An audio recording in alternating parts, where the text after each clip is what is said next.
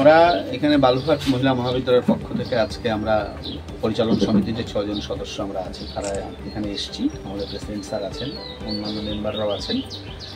এই পায়েলের রেজাল্টটা নিঃসন্দেহে খুব আমাদেরকে গর্বিত করেছে। ওর পরিবার ওর পেছনে সহায়তা দান করেছিল বলেই ও আজকে এই জায়গায় সাফল্য পৌঁছতে পেরেছে নিজের চেষ্টার ফলেও। আমরা এসেছি কলেজের তরফ থেকে যে আমরা একটা ওকে একটা 5,000 টাকার টোকেন একটা গিফট দিলাম ওর ভবিষ্যৎ পড়াশোনার জন্য।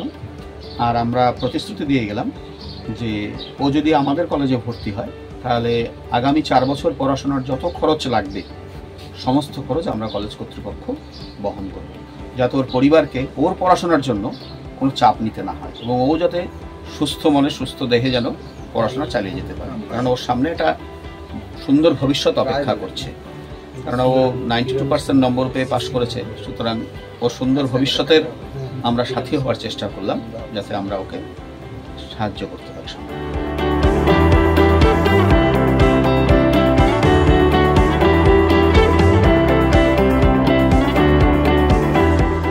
হ্যাঁ, খুবই ভালো লাগছে। ওরা আমাদের সাথে দেখা করতে এসেছে, আমাকে অনেক কিছু দিয়েছেন, তারা আমাকে সাহায্য করার প্রতিশ্রুতি দিয়েছেন, ওই জন্য আমার অত্যন্ত ভালো লাগছে। তুমি প্রথম দিন যখন তোমার সঙ্গে আমার এখানে কথা হয়েছিল তুমি বলেছিলে যে তুমি জিওগ্রাফি নিয়ে পড়তে চাও, গার্লস কলেজে জিওগ্রাফি আছে, এবং তুমি বলেছিলে যে আমার যদি যাতায়াতের একটা ব্যবস্থা তো সুবিধা হতো। আজকে তো এই কথা শুনলে কেমন লাগছে? এটা শুনে খুবই ভালো লাগছে, কারণ তাহলে রেগুলার কলেজ করতে পারবো। আমার কলেজ আমার স্কুল বা কলেজে যেতে অত্যন্ত ভালো লাগে, আমি বাড়িতে থাকতে চাই না, ওই জন্য আমার ভালো লাগছে।